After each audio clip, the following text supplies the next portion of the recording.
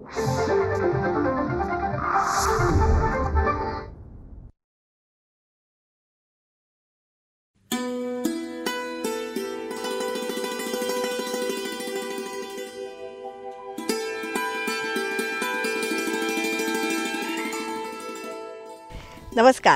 रयतेचा दरबारमध्ये आपणा सगळ्यांचं हार्दिक स्वागत. मंडळी, सर्वप्रथम 2025 या सुंदर वर्षासाठी आपणा सगळ्यांना भरभरून शुभेच्छा. ह्या वर्षीही तुम्हाला आनंद, सुख, समाधान, तृप्ती, आरोग्य लाभो ही परमेश्वराजवळ प्रार्थना.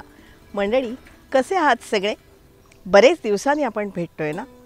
कारण काय झालंय, 2024 हे वर्ष निवडणुकीचं होतं, त्यामुळे प्रचंड धामधुमीचं गेलं. पण आता मात्र सगळ्या निवडणुका झालेल्या आहेत आणि केंद्रात आणि राज्यातही एक सक्षम सरकार स्थापन झालेलं आहे. या दोन्ही सरकारांना आपण खूप खूप शुभेच्छा देऊया. आणि आता ह्या सरकारांकडून लोकहिताचे जे निर्णय, योजना, उपक्रम, अभियानं जाहीर होतील ना, त्याची संपूर्ण माहिती आपण आपल्या ह्या कार्यक्रमातून जाणून घेऊया. आपल्या राज्यातलं मुख्यमंत्री माननीय देवेंद्र फडणवीस साहेबांचं सरकारही जोमानं कार्यरत झालंय, ज्याचं आपण स्वागत करूया आणि त्यांना आपण सहकार्य करूया. सरकारच्या विविध योजनांची माहिती, लाभ घेऊन आपण त्यात सहकार्य करूया, सहभागी होऊया. आणि एखाद्या योजनेसाठी आपण पात्र नसलो ना, तरी इतर पात्र लाभार्थींना आपण त्याबाबतची सविस्तर आणि संपूर्ण माहिती देऊया. त्यासाठी आपण रयतेचा दरबारमध्ये सामील होऊया. त्यासाठीच एकमेकांना मदत करू, एकमेकांची काळजी घेऊया आणि सगळ्यांचं जगणं समृद्ध करूया. त्यासाठीच रयतेचा दरबार.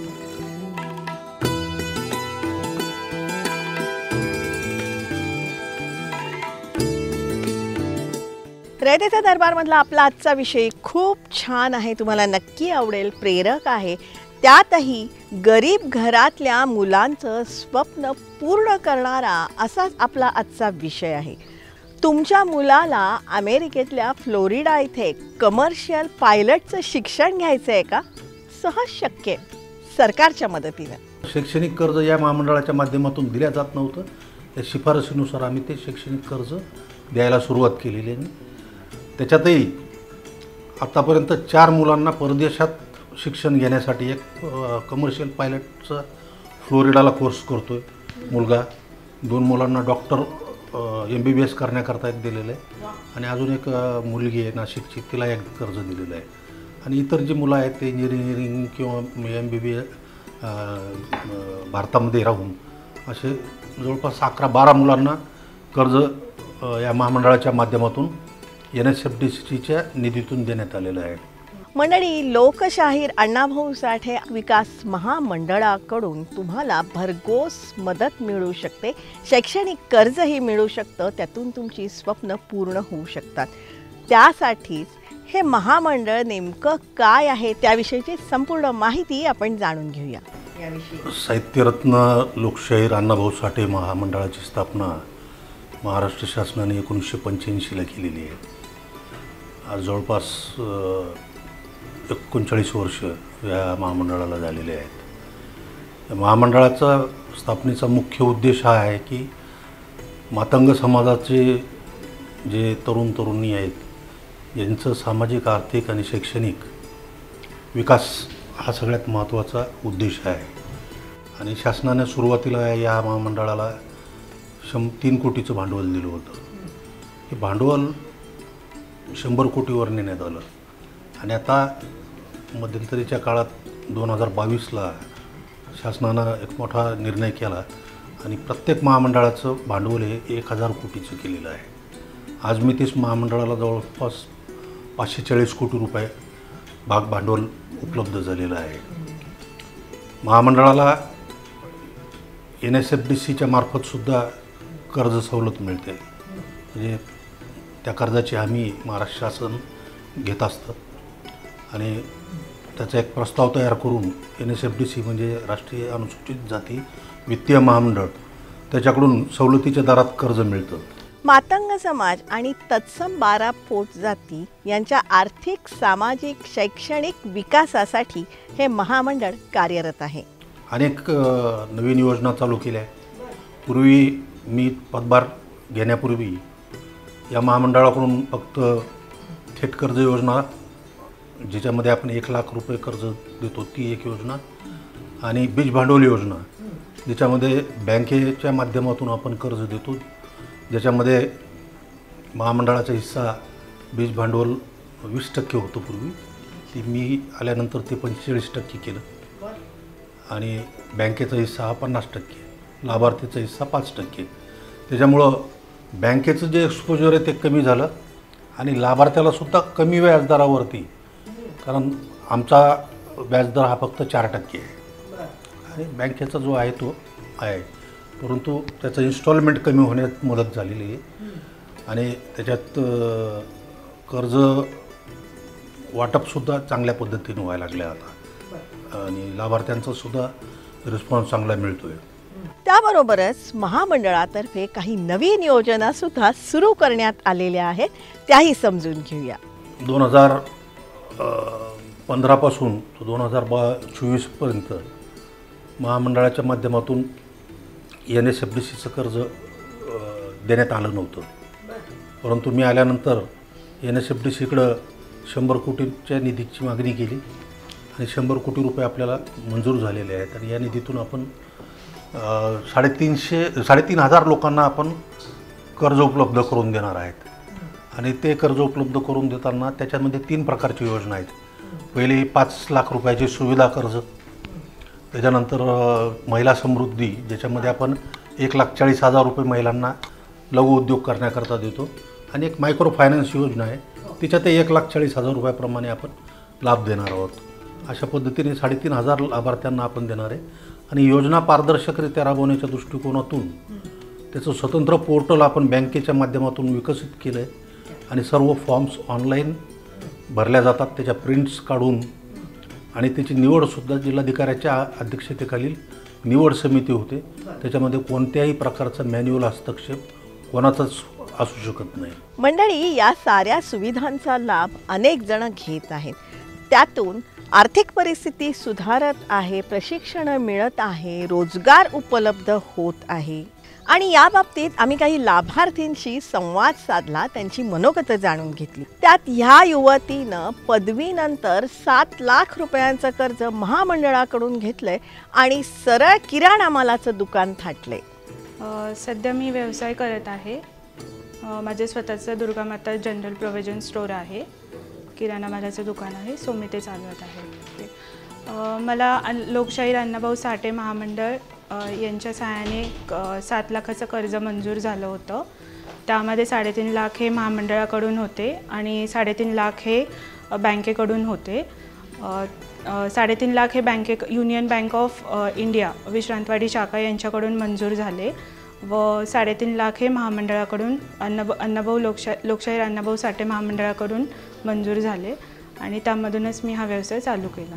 या ताईंनी टेलरिंग किंवा फॅशन डिझायनिंगसाठी महामंडळाकडून कर्ज घेतलेलं आहे, त्यामध्ये व्यवसाय उभारलेला आहे आणि इतरांना रोजगारसुद्धा दिलेला आहे. पहिले मी स्वतःच फॅशन डिझायनिंग केलं, मी एकटीच करत होते.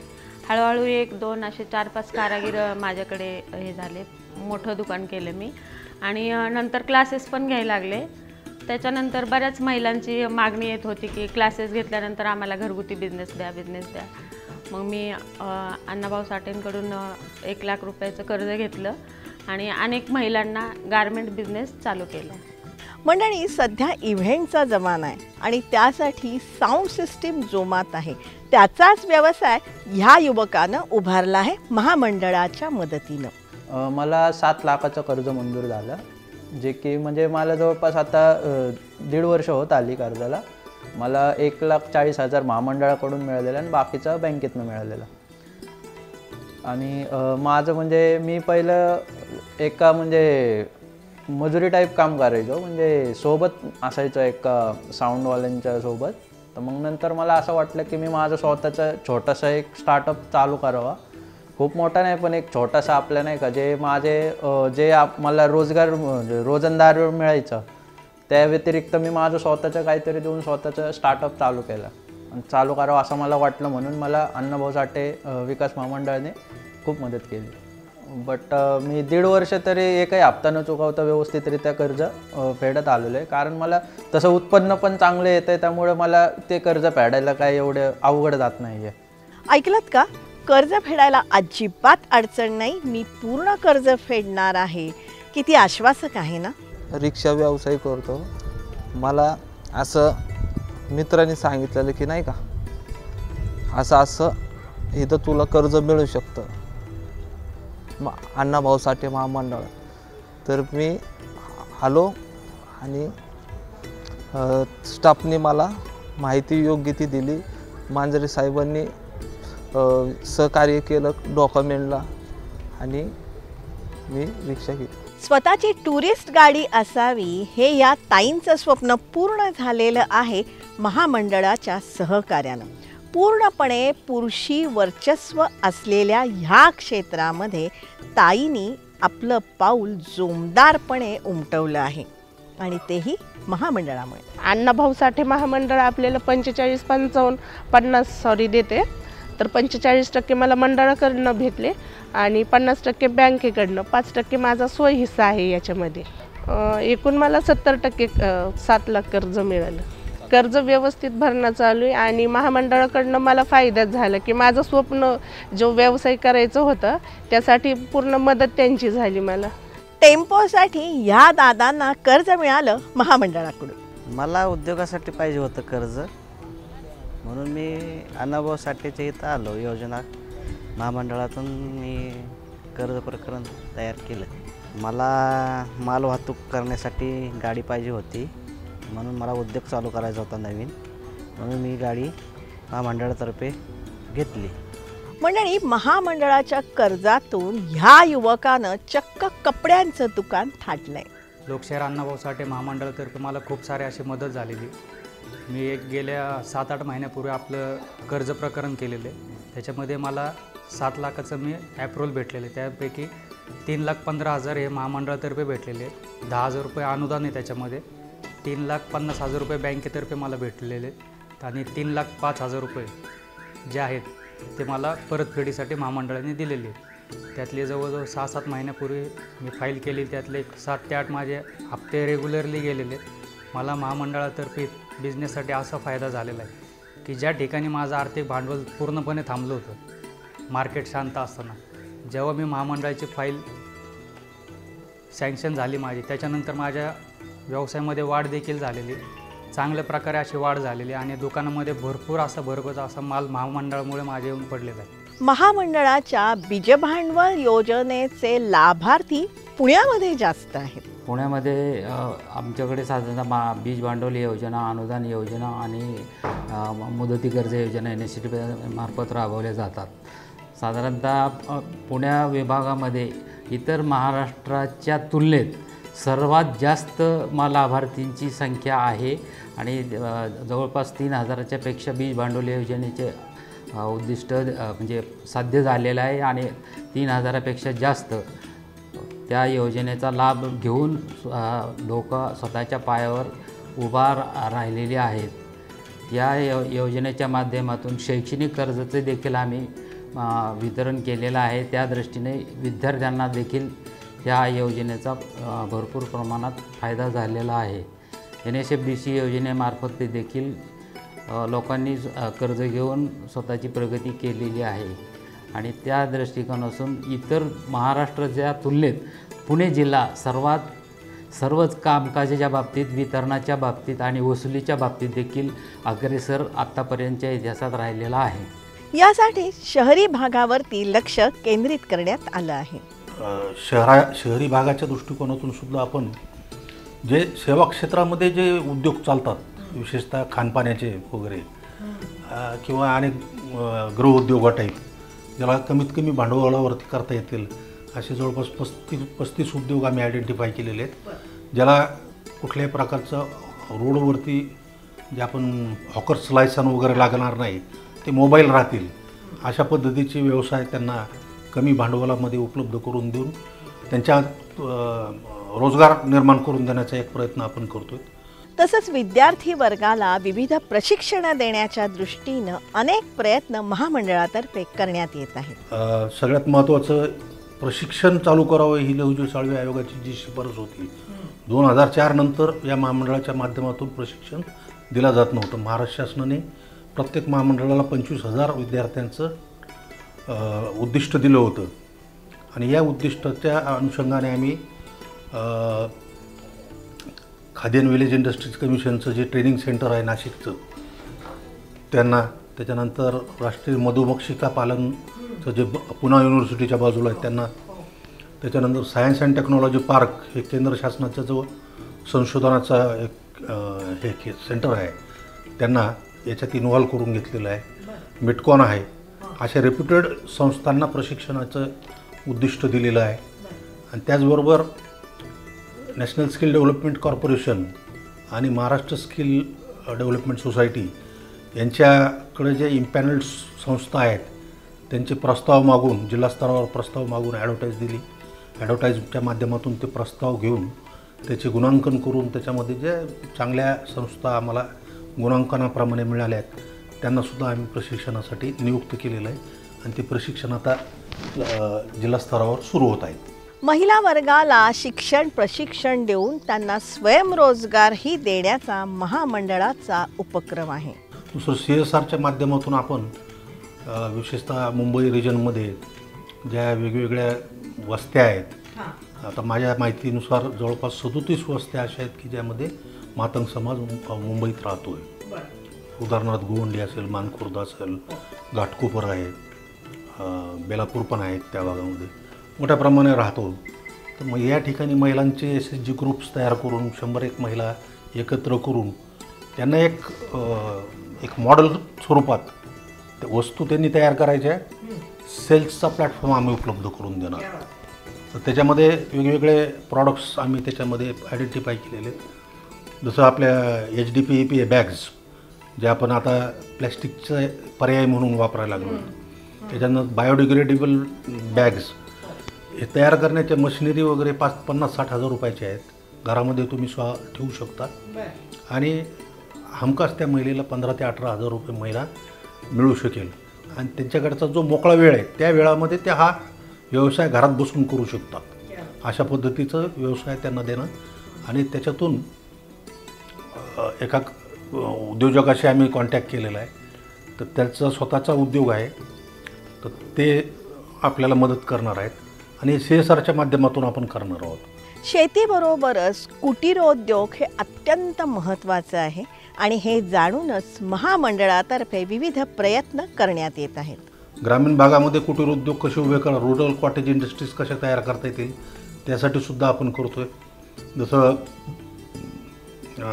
शेतामधला जो पालापाचोळा आहे, जसं आपण भात काढल्यानंतर भाताचं जे हस्क म्हणतो किंवा पराळी म्हणतात त्याला, पराली, तर त्याच्यापासून पिलेट्स तयार करणं, ज्या इंडस्ट्रीमध्ये जळतण म्हणून वापरलं जातं ते, त्याच्यानंतर केळीपासून फायबर तयार करणं आणि त्याचा कागद तयार करणं, अशा या पद्धतीचे उद्योग वेगवेगळे आहेत. ते सर्व उद्योग उभे करणं, फूड प्रोसेसिंग इंडस्ट्रीच्या माध्यमातून वेगवेगळ्या भागामध्ये आयडेंटिफाय केलेलं आहे. जसं आमच्याकडं नवापूरला एक GI टॅग मिळालेलं आहे, तूर आहे, सुगंधी तूर आहे, तिचं मार्केटिंग करणं, प्रोसेसिंग आणि मार्केटिंग करणं. त्याच्यानंतर नंदुरबारमध्ये जवळपास 4 ते 5 प्रकारच्या मिरच्या पिकतात, त्या ठिकाणी मिरचीची प्रोसेसिंग करणं, अशा पद्धतीचं. किंवा जसं मी मगाशी सांगितले केळीच्या बाबतीत, तर जळगाव असेल, नांदेड जिल्हा असेल, परभणी जिल्हा असेल, इथं केळीचं उत्पादन मोठ्या प्रमाणात होतं, याच्यावर प्रोसेसिंग करणं. असं वेगवेगळ्या जिल्ह्यामध्ये जे वैशिष्ट्यपूर्ण उत्पादनं आहेत त्याच्या माध्यमातून उद्योग उभा राहायला पाहिजेत आणि त्या उद्योगाच्या माध्यमातून मातंग समाजातील मुलांना रोजगार उभा राहायला पाहिजेत. अशा पद्धतीचं आपण एक नियोजन या आर्थिक वर्षामध्ये केलेलं आहे. माल वाहतुकीसाठी इलेक्ट्रिक वाहनांबाबतची एक योजना महामंडळानं मंजूर केली आहे. इलेक्ट्रिक व्हेकल्स, ज्याच्यामध्ये 3 प्रकारचे व्हेकल्स येतात.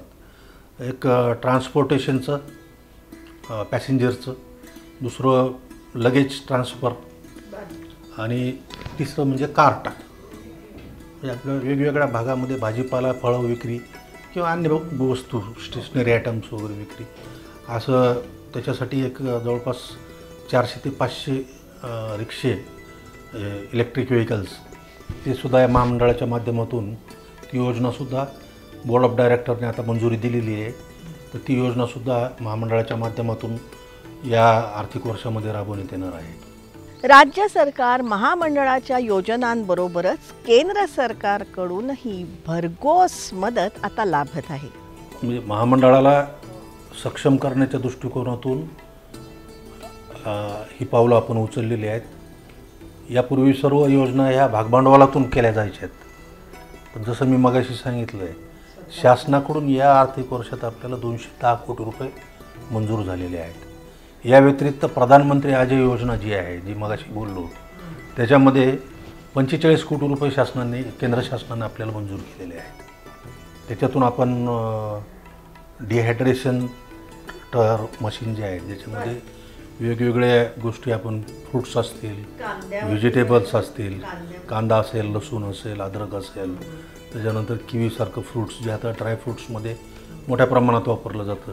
कौशल्य विकास ही सध्याची गुरुकिल्ली आहे. त्या दृष्टीने महामंडळाकडून प्रयत्न करण्यात येत आहेत. या महामंडळाच्या माध्यमातून आपण कौशल्य विकास केंद्र अंधेरीला तसं प्रत्येक 7 रिजनमध्ये करायचे आहेत आपल्याला. ते आपल्या मालकीच्या भाडेपट्ट्याने घेतलेल्या ज्या जागा आहेत त्याच्यामध्ये अंधेरीला आपली एक जागा आहे. त्या ठिकाणी आपण 50 कोटीचं कौशल्य विकास केंद्र उभं करतो आहे. कौशल्य विकास केंद्र स्थापन करण्यासाठी 150 कोटी रुपयाची मागणी आपण शासनाकडे केली होती आणि शासनाने सुद्धा आम्हाला या आर्थिक वर्षामध्ये पावसाळी अधिवेशनात पुरवणी मागण्यामध्ये 30 कोटी रुपये मंजूर केलेले आहेत आणि त्याची आता पुढची प्रोसेस चालू आहे. लोकशाहीर अण्णाभाऊ साठे विकास महामंडळाच्या वेबसाईटवर जा. तिथे ही सगळी माहिती तुमच्यासाठी उपलब्ध आहे. समाजाच्या शेवटच्या घटकापर्यंत विकासाची गंगा पोचायलाच पाहिजे. त्या दृष्टीने ह्या साऱ्यांना सक्षम करण्यात येत आहे. त्यासाठी निव्वळ आर्थिक मदत देण्यापेक्षा शिक्षण, प्रशिक्षण, रोजगार देऊन ह्या साऱ्यांना सक्षम बनवण्याचा महामंडळाचा उद्देश आहे, जो खूप स्वागतार्ह आहे. त्याच दृष्टीने आपण काही लाभार्थींना भेटलो होतो. महामंडळाचे लाभ घेणारे असे अनेक लाभार्थी आहेत. त्यांनाही यापुढच्या कालखंडामध्ये आपण भेटूया आणि त्यांचं यश आपण समजून घेऊया. आणि ज्यांच्यापर्यंत अजूनही ही माहिती गेली नाही आहे ना, त्यांना आपण ही माहिती देऊया. त्याच अनुषंगाने आपला आजचा भाग किंवा आजची माहिती तुम्हाला कशी वाटली हे तुम्ही जरूर आम्हाला कळवा. संपर्कासाठी आमचा पत्ता आहे rayatecadarbар@gmail.com. जरूर आमच्याशी संपर्क साधा. तुमच्याकडे काही माहिती असेल, सूचना असतील, प्रश्न असतील ते तुम्ही आमच्यापर्यंत नक्कीच पोचवा. रयतेचा दरबारमध्ये आजवर जे सगळे एपिसोड झालेले आहेत ना, 450च्या वर एपिसोड आहेत, हे तुम्ही वारंवार बघू शकता आमच्या यूट्यूब चॅनलवरून. जनता दरबार, रयतेचा दरबार या दोन्ही नावाने आमचे यूट्यूब चॅनल आहेत, जी तुम्ही सबस्क्राईब करण्याची गरज आहे. रयतेचा दरबार आम्ही प्रसारित करत असतो दर सोमवारी रात्री 9 वाजता सह्याद्री वाहिनीवरून. सोमवारचाच हा एपिसोड आम्ही पुन्हा प्रसारित करत असतो दर शनिवारी सकाळी 8 वाजता सह्याद्री वाहिनीवरून. सोमवार रात्र 9, शनिवार सकाळ 8 हे जे दोन्ही एपिसोड आहेत ना, हे तुम्ही लाईव्ह बघू शकता सह्याद्री वाहिनीच्या फेसबुक पेजवरून. जरूर बघत राहा, कारण आम्ही ही जी माहिती तुम्हाला सांगतोय ना, या माहितीच्या उपयोगामुळे अनेकांचे लाभ होत आहेत किंवा अनेकांना लाभ मिळू शकतात. हा मात्र त्यासाठी ही माहिती त्यांच्यापर्यंत पोचण्याची अत्यंत आवश्यकता आहे आणि त्यासाठीच रयतेचा दरबारमध्ये आपण सगळ्यांनी सामील होण्याचीही आवश्यकता आहे. त्यासाठी एकमेकांना मदत करू, एकमेकांची काळजी घेऊ आणि सगळ्यांचं जगणं समृद्ध करूया. त्यासाठीच रयतेचा दरबार.